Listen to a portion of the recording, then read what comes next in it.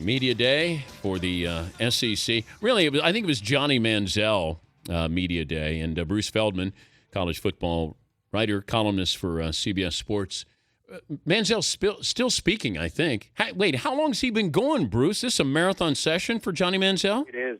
It is, Dan. I mean, basically what happens is you go from one room to another. A lot of times you get almost the exact same questions, and basically for the last 2 hours, Johnny Manziel has been dissected every way you could imagine. And I know he's been, prepared for a lot of these questions, and I think you're hearing the same sound bites mostly over and over again. But by and large, I think he's handled this really well, with the exception of maybe evoking Justin Bieber's name one time earlier in the day. Yeah, he made that reference with Bieber that this is overnight success and how he's handling it. Is that the reference he made to Justin Bieber?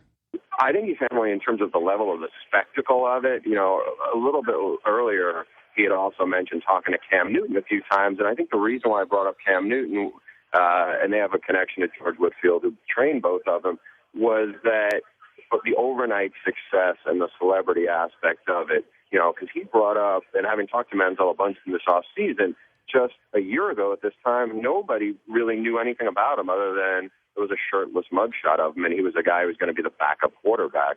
Now, all of a sudden, he's a bigger deal here than Tim Tebow was.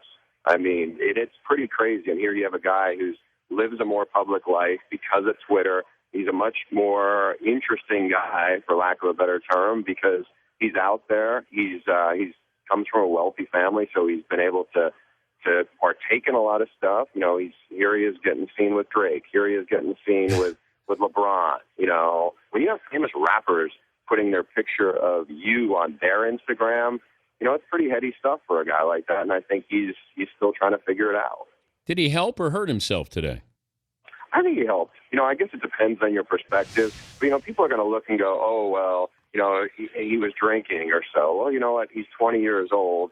There's pretty much every 20-year-old I knew of drank. It's almost like you exceed the speed limit by a couple of miles per hour.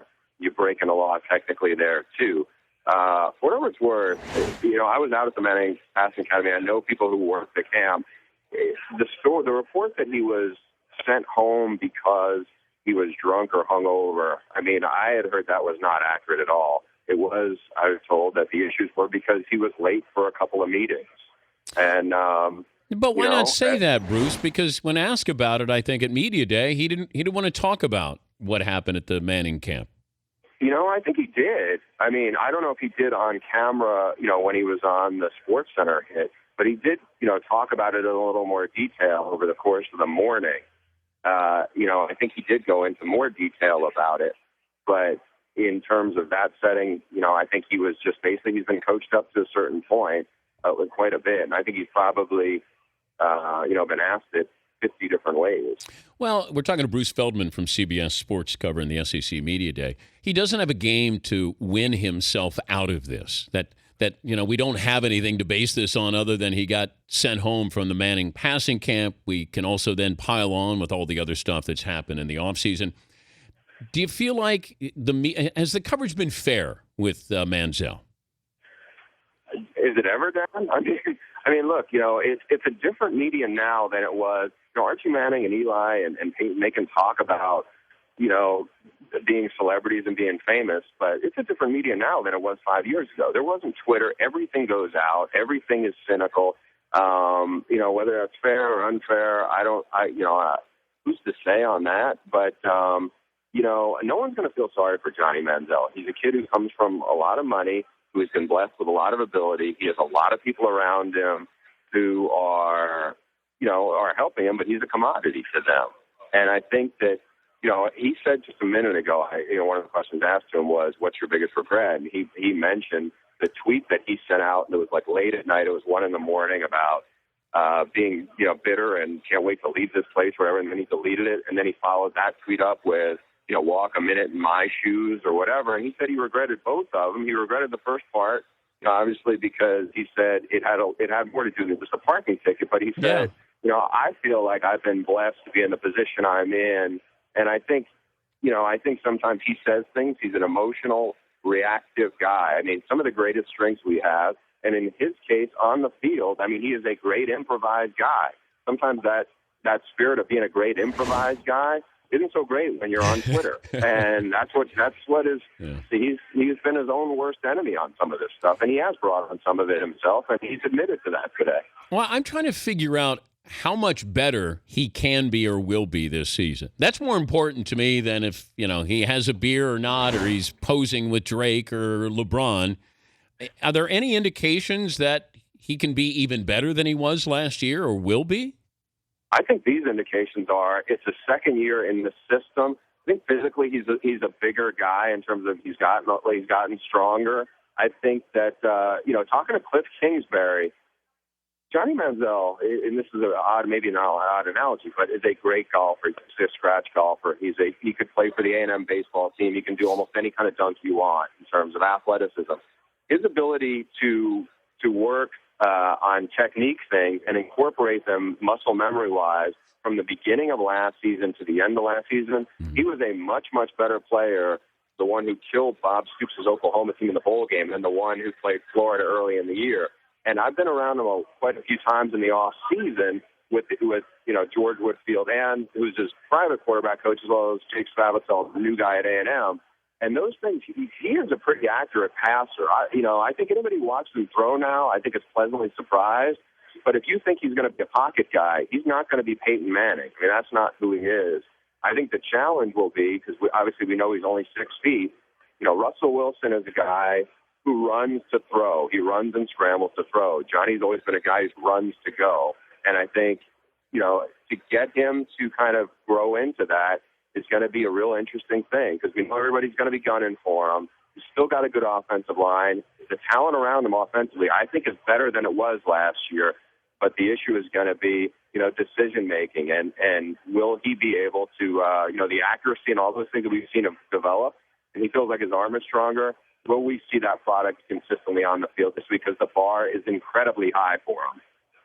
The other thing that I saw that was interesting was Will Muschamp, Florida's head coach, taking a jab at Ohio State during media day, and Urban Meyer. Explain. A jab. Well, okay. He took about, a couple of them. Yeah, this was like a flurry of Pacquiao shots that he was going. He took a couple of jabs in a private media setting where he referred to, Urban Meyer and Ohio State as Ohio, and said they knew plenty about rules, as if, hint, wink, wink, they knew a lot about breaking them. Then when he was asked in the big room about coaches and responsibility, and I think this was a veiled reference to Aaron Hernandez drama and all the rest that, happened at Florida under Urban Meyer, coaches are 100% accountable, and said, anybody who doesn't think that, it's like you can't have your head in the sand. When I talked to him privately, I asked him specifically about the relationship with Urban Meyer, and it's to say it's strained is an understatement. I think you have two guys who just, don't like each other, and I don't think, he appreciates kind of Urban Meyer's tone, and I think, that's not uncommon for the guy who follows the guy to dislike and resent, and them to be very competitive. And I think you see all of that coming out, and he's just really gotten really bitter. Jadeveon Clowney, also one of the stars of Media Day. What have you seen from him where he's talking about these quarterbacks are scared of him? And, I mean, is he ready to be the best, a dominating performer? I think he's got great talent. I don't think he dominates games like he should. Like he should, I think, is the challenge of, remember Mario Williams, great player, and I talked to guys who were teammates with him in the NFL who said, you know what, contract your guy, you get him to just eat people up every play. It's the challenge is every play. And I think Jadeveon Clowney, and talking to guys who coached against him, offensive line coaches, they say just, in high school, there was stuff you could get away just by being so much more physically dominant. He's still more physically dominant, but the gap is not what it is in college. And, he's learned to play better with his hands and do things. He is a much bigger guy. People talk about the 4.46 40 he ran. Whether that's actual or not, when I did a story on his athleticism this offseason in this freaks list, the difference between Jadeveon Clowney's athleticism and the next best athlete at South Carolina, that gap is staggering when you talk to their coaches. And I think what we saw yesterday from him was a guy, by the end of the day, he got really comfortable talking to the media.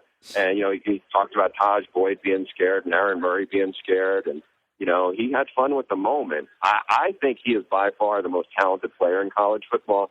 The challenge is going to be consistently, he's going to get double and triple teams. He's the guy who everyone's going to game plan around. The rest of the South Carolina D-line should put up big stats because of the attention he gets and everything like that. But I think if there is a defensive player who can win the Heisman, it's Jadeveon Clowney, because he's got a highlight reel hit that everybody talks about.